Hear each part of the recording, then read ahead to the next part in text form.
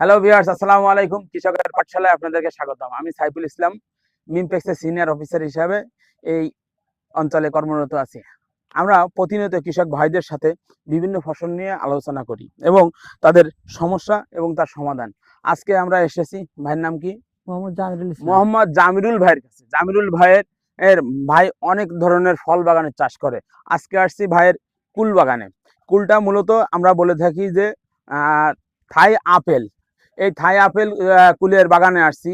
এই দেখেন পর্যাপ্ত পরিমাণ কুল ভাইয়ের বাগানে ধরেছে এবং বেশ সাইজ মোটাও হয়েছে। ভাই চাচ্ছে যে আসলে কুল বাগানটা আমরা সঠিক পরিচর্যা করেছি, এই সঠিক পরিচর্যার মাধ্যমে যে ফলগুলো মোটা হয়েছে, ভাই চাচ্ছে যদি আগাম বিক্রি করতে পারে, কালারটা যদি আগাম চলে আসে, তাহলে ভাই বিক্রি করে লাভবান হবে। আমরাও ভাইকে পরামর্শ দেওয়ার চেষ্টা করেছি এবং ভাই সেভাবেই পরিচর্যা করেছে। আসলে ভাইয়ের কাছ থেকে জানবো ভাই কি কি ওষুধ দিয়েছিল আর ভাইয়ের কুলগুলো এত সুন্দর কি করে হলো। টাকা আসেন ভাই, ভাই একটু বলবেন আসলে এই যে কুলগুলো আপনার খুব সুন্দর হয়েছে, ডালগুলো, গাছ 1 বছরের গাছ, তাই তো ভাই? 1 বছরের গাছে আপনার এত সুন্দর ধোয়ার আসছে। আমরা তো কুলগুলো দেখছি, এই কুলগুলো আসলে কি কি দিয়েছে? গেল বছরে ভাই ওই সিনজেন্টার ওষুধ দিয়ে করিলাম, এবার আমরা মিমপেক্সের ওষুধ দিয়ে করছি। সব ওষুধই কি মিমপেক্সের ওষুধ দিয়েছে? সব কি কি দিয়েছিলেন মনে আছে আপনার? বায়ো ভিটামিন, বায়োগ্রিন আছে, তারপরে যে মিম গোল্ড আছে, মিমির কোম্পানির আর কি, মিমির কোম্পানি। আরেকটা ওষুধ দিয়েছেন না এই ছোট বোতলে? কাপলান আছে, কাপলান ওষুধ দিয়েছেন। কাপলান আছে। আর এগুলো দিয়ে আপনার ফল মোটামুটি ভালো আছে? গেল বারের চেয়ে ভালো আছে, ভালো আছে।